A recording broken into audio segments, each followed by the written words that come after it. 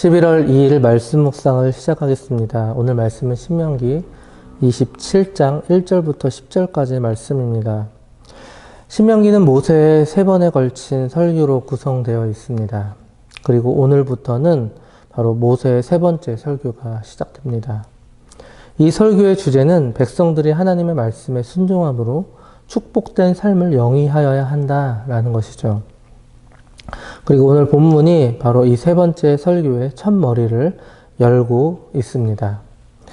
장차 백성들이 가나안 땅에 들어간 후 맨 처음으로 이행해야 할 의식에 대한 언급이죠. 백성들은 가나안에 들어간 직후에 에발산에 돌비를 세우고 그곳에 율법을 기록해야 했습니다. 그리고 이어서 하나님께 번제와 화목제를 드려야 했습니다. 그리고 하나님의 말씀에 겸손한 자세로 귀를 기울여야 했습니다. 말씀을 살펴보도록 하겠습니다. 1절과 2절입니다.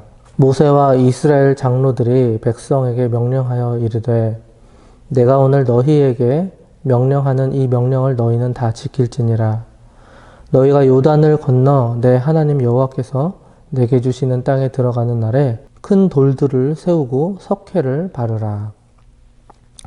너희가 요단을 건너, 계속해서 신명기의 이 배경을 설명드리자면 이스라엘 백성들은 아직 가나안을 정복하지 않은 상태입니다. 요단 동쪽 모압 평지에 진을 치고 모세의 설교를 듣고 있는 중이죠. 이스라엘 백성들이 요단을 건너 행해야 했던 의식은 큰 돌들을 세우고 석회를 바르는 것이었습니다. 석회를 바르는 이유는 그 돌들 위에 말씀을 기록하기 위함이었죠. 3절입니다. 요단을 건넌 후에 이 율법의 모든 말씀을 그 위에 기록하라. 그리하면 내 하나님 여호와께서 내게 주시는 땅, 곧 젖과 꿀이 흐르는 땅에 내가 들어가기를 내 조상들의 하나님 여호와께서 내게 말씀하신 대로 하리라. 석회를 바르는 이유는 돌 위에 글자가 잘 새겨지기 위해서, 그리고 그 글자가 잘 보이기 위함을 목적으로 하고 있습니다. 그리고 돌 위에 새겨진 말씀을 이스라엘 백성들이 계속해서 읽고 전수하도록 하기 위함이었습니다. 4절입니다. 너희가 요단을 건너거든 내가 오늘 너희에게 명령하는 이 돌들을 에발산에 세우고 그 위에 석회를 바를 것이며, 신명기 11장 29절에 따르면 그리심산에서는 축복을, 그리고 에발산에서는 저주를 선포하도록 되어 있습니다. 그런데 이렇게 저주의 산인 에발산에 돌들을 세우도록 하신 이유는 바로 그곳이 가나안의 중심부였기 때문입니다. 또한 율법이 죄를 깨닫게 해줄 것이고 그 죄로 말미암아 다가올 저주의 심각성을 일깨우시기 위함이었습니다. 5절입니다. 또 거기서 내 하나님 여호와를 위하여 제단 곧 돌단을 쌓되 그것에 쇠 연장을 대지 말지니라. 돌단을 쌓되, 율법을 새긴 돌비를 세운다라는 것은 하나님께서 말씀을 통하여 인간들을 찾아오시는 것을 상징합니다. 그리고 제단을 쌓는다는 것은 인간이 희생 제사를 통하여서 하나님께 나아간다라는 것을 상징합니다. 그것에 쇠 연장을 대지 말지니라. 한마디로 다듬지 않은 돌로 쌓으라 라는 것이죠. 즉 자연석 그대로 제단을 쌓으라는 것입니다. 즉 외적인 그런 아름다움에 마음을 빼앗기거나 신경을 쓰는 일 없이 오직 신령과 진정으로 하나님께 온전한 예배를 드리라는 뜻이죠. 6절, 너는 다듬지 않은 돌로 내 하나님 여호와의 제단을 쌓고 그 위에 내 하나님 여호와께 번제를 드릴 것이며, 번제는 죄의 속죄 및 하나님과의 정상적인 관계 유지를 위한 제사였습니다.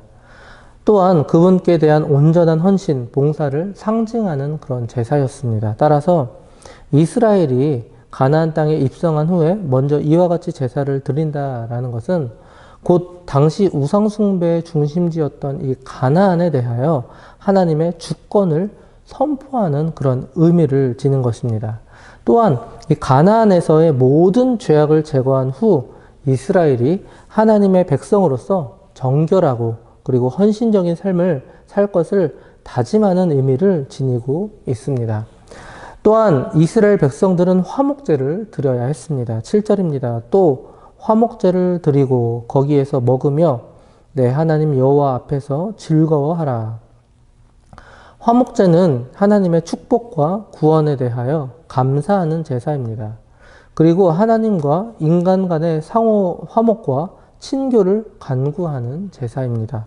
따라서 광야 생활을 하는 동안에 하나님께 범죄하고 불화했던 이 이스라엘이 가나안에 입성한 후 먼저 이러한 제사를 드렸다라는 것은 매우 의미심장한 일인 것이죠. 즉 이스라엘이 이제라도 광야에서의 그런 어려움을 딛고 끝내 입성하게 된 것은 오직 하나님의 은혜임을 깨닫게 될 것을 촉구하는 것입니다. 거기에서 먹으며 즐거워하라. 화목제는 번제와는 달리 희생제물의 기름진 부분만 하나님께 제물로 드리고 나머지 모두는 제사장과 이 예배자들이 함께 나누어 먹으면서 기쁨을 나누는 그런 제사였습니다. 이렇듯이 이스라엘 백성들은 하나님과의 관계를 회복하며 그분과 함께 즐거워하는 그런 화목 제물을 드려야 했습니다. 8절입니다. 너는 이 율법의 모든 말씀을 그 돌들 위에 분명하고 정확하게 기록할지니라. 그 돌들 위에 분명하고 정확하게 기록하라. 누구나 알아볼 수 있도록 뚜렷하게 기록하라 라는 거예요. 이처럼 율법을 기록하라는 말씀이 3절에 이어서 재차 강조하고 있는 것은 무엇을 뜻할까요? 즉 돌비에 새겨진 율법을 백성들이 그대로 마음에 새겨서 철저하게 지켜야 할 의무임을 말씀해 주는 것입니다. 여러분 오늘도 마찬가지죠. 우리의 말씀을 철저하게 마음에 새겨 우리는 날마다 말씀을 묵상하고 그리고 그 말씀을 지켜 행해야 할 것입니다. 9절입니다. 모세와 레위 제사장들이 온 이스라엘에게 말하여 이르되 이스라엘아 잠잠하여 들으라. 오늘 내가 내 하나님 여호와의 백성이 되었으니.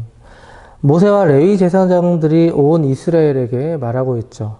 그런데 1절부터 8절까지의 모세의 지시는 장로들에 의해서 이스라엘에게 전달되었습니다. 그러나 본절 이하의 전달 사항은 제사장들이 맡습니다. 당시에 이 제사장들은 제사 의식을 집전할 뿐만 아니라 이처럼 이스라엘에게 율법을 가르치며 축복과 저주를 선포할 수 있는 그런 권한이 있었습니다. 아마도 그런 까닭에 그린심산과 이 에발산에서 축복과 저주를 선포하는 일에는 이처럼 제사장들이 함께 동참했던 것이죠. 마지막 10절입니다. 그런즉 내 하나님 여호와의 말씀을 청중하여 내가 오늘 내게 명령하는 그 명령과 규례를 행할지니라. 청중하여 원래의 뜻은 알아듣다, 경청하다, 이해하다 라는 뜻입니다. 즉 진정한 알미란 아는 것을 실천하는 것입니다. 즉 행함이 없는 믿음은 그 자체가 죽은 것이기 때문입니다. 말씀을 마무리하겠습니다. 고대 세계에서는 특별히 기념될 만한 사건이 있거나 상호 간의 그런 언약을 나타낼 때에는 오늘 본문처럼 돌비를 세워 기념하곤 했습니다. 하나님께서는 선민 이스라엘로 하여금 약속의 땅에서 하나님의 말씀을 따라 살겠다는 의지의 표시로 돌비를 세우고 그리고 하나님의 계명을 새겨 기념비로 삼도록 하신 것입니다. 오늘날 우리도 우리의 마음에 돌비를 세우고 우리의 마음에 하나님의 말씀을 새겼으면 좋겠습니다. 그리고 그 새겨진 말씀을 날마다 꺼내 읽고 또한 몸으로 실천하며 순종하시는 저와 장자 가족들 되시기 바랍니다.